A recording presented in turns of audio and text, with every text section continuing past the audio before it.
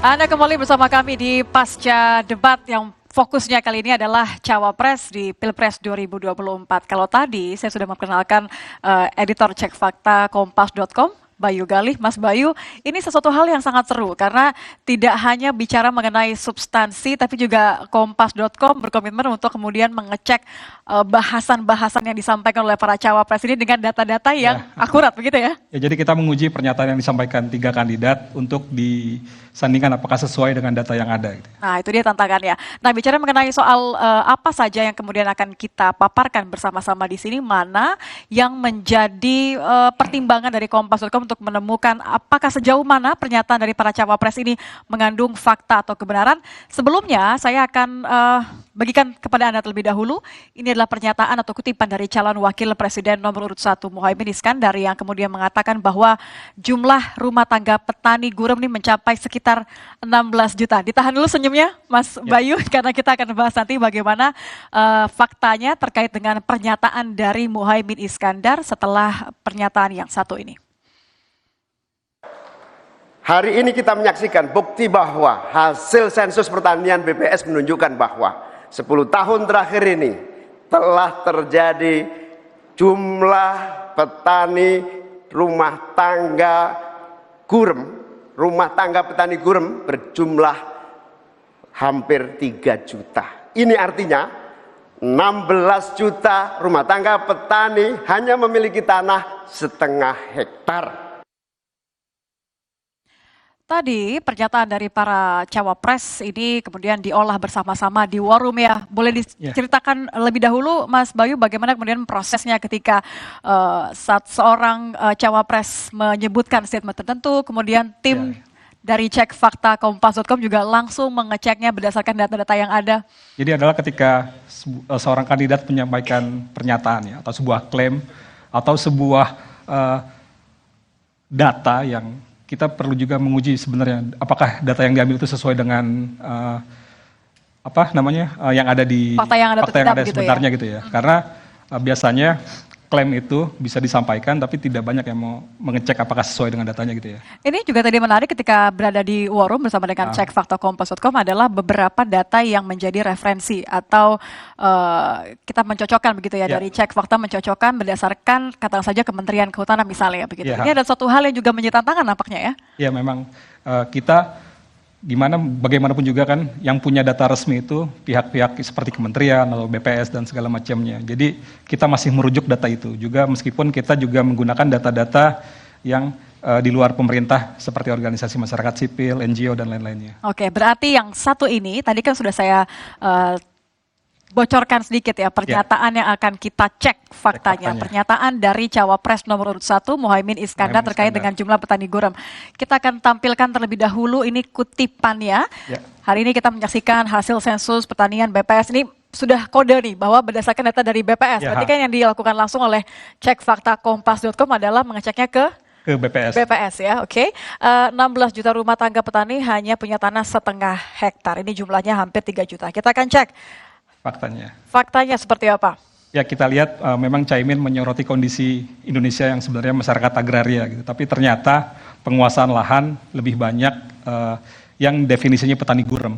Tadi ketika Caimin bilang ada semacam penambahan 3 juta, kita lihat dari datanya dari 2013 kemudian sampai 2023 memang bertambah menjadi 16,89 juta gitu ya. Jadi memang pernyataan Muhaimin cukup memudahkan ketika dia mengucapkan sumbernya dari BPS, jadi kita tinggal cek dari BPS gitu ya. Benar nggak angkanya sama? Tapi kan tadi kalau Muhaimin mengatakan 16 juta, ini masih ada 16,89. Kalau kita juta loh.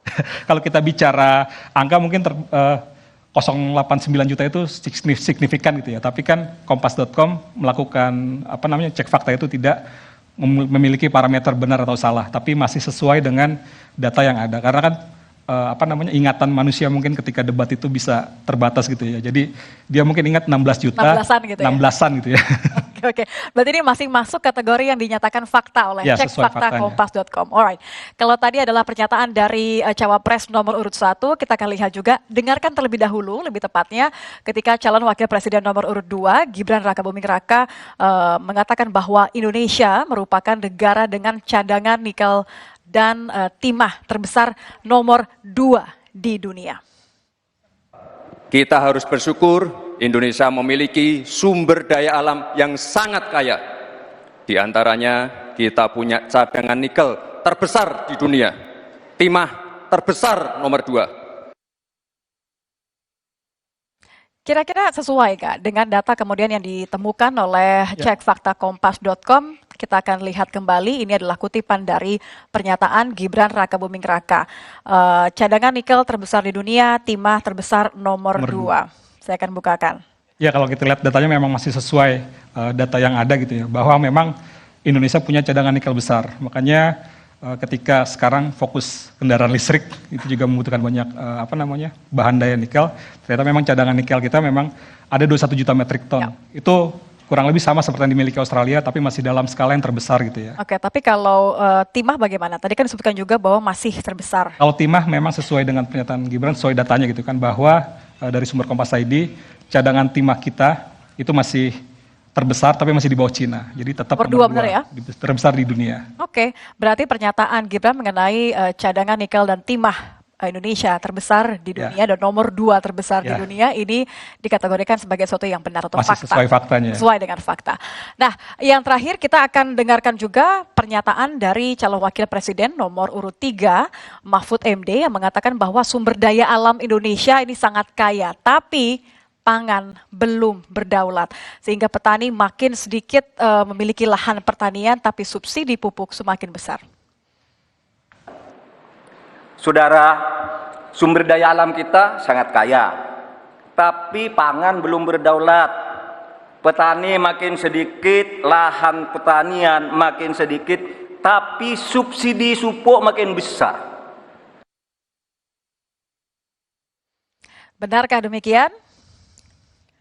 Dari kutipan pernyataan Mahfud MD yang menyebut bahwa sumber daya alam Indonesia ini sangat kaya tapi pangan belum berdaulat. Saya rasa ini adalah kata kuncinya yang kuncinya berdaulat ya. dicari ya. Ya. Apa sih definisi berdaulat, Jadi, kemudian bagaimana faktanya? Kalau kita bicara berdaulat berarti kita bisa menghasilkan pangan dari swasembada lah, misalnya ketika zaman Orde Baru dulu. Tapi kita lihat ketika kita bicara tadi berdaulat, berarti apakah kita mengimpor dari luar, itu juga. Makanya kita ngecek seperti apa jumlah data impor pangan ya, terutama beras. Karena kan kita semestinya negara agraria menghasilkan beras ya.